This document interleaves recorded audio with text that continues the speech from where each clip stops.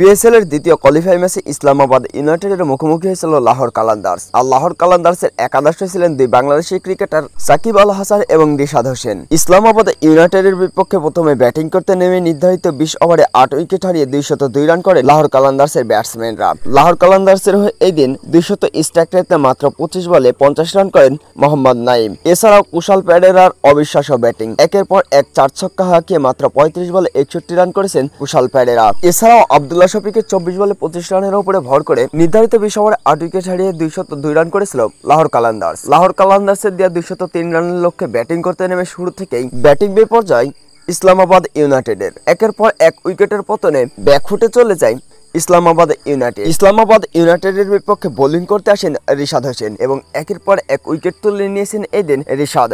ইসলামাবাদ ইউনাইটেডের বিপক্ষে 3 over bowling করে 34 রান খরচ করে তিনটা মূল্যবান উইকেট শিকার করেছেন রিশাদ হোসেন। ইসলামাবাদ ইউনাইটেডের এই দিনে সবথেকে বেশি রান সংগ্রহকারী ব্যাটসম্যান সালমান 11 উইকেট তুলে নিয়েছেন রিশাদ।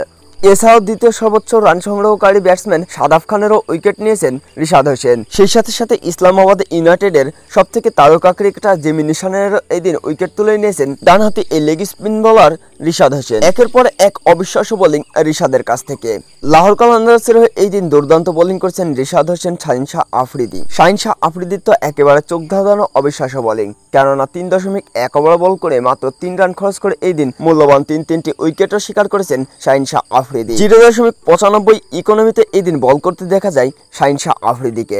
শাহিন শাহ আফ্রিদি রিশাদ হোসেনের এমন বিধ্বংসী বোলিং এর দিনে মাত্র 107 রানে অল উইকেট হয়ে যায় ইসলামাবাদ ইউনাইটেড। শাহিন শাহ আফ্রিদি রিশাদ হোসেনের বিধ্বংসী এই বোলিং এর দিনে অবশ্য ইসলামাবাদ ইউনাইটেড মাত্র 107 রানেই অল উইকেট হয়ে যায় 15.1 ওভারেই। যার সুবাদে অবশ্য দ্বিতীয় কোয়ালিফাইয়ে ইসলামাবাদ ইউনাইটেডকে হারিয়ে একেবারে সরাসরি ফাইনালে উঠে গেল রিশাদ সাকিবদের দল লাহোর কালান্দার্স। তো বন্ধুরা, লাহোর কালান্দার্স কি পারবে এবারে চ্যাম্পিয়ন হতে সাকিব মিরাজদের হাত ধরে? অবশ্যই কমেন্ট বক্সে জানাবেন। ভিডিওটা ভালো লেগে থাকলে একটি লাইক এবং চ্যানেলে নতুন হয়ে থাকলে চ্যানেলটি সাবস্ক্রাইব করে পাশে থাকবেন। ধন্যবাদ।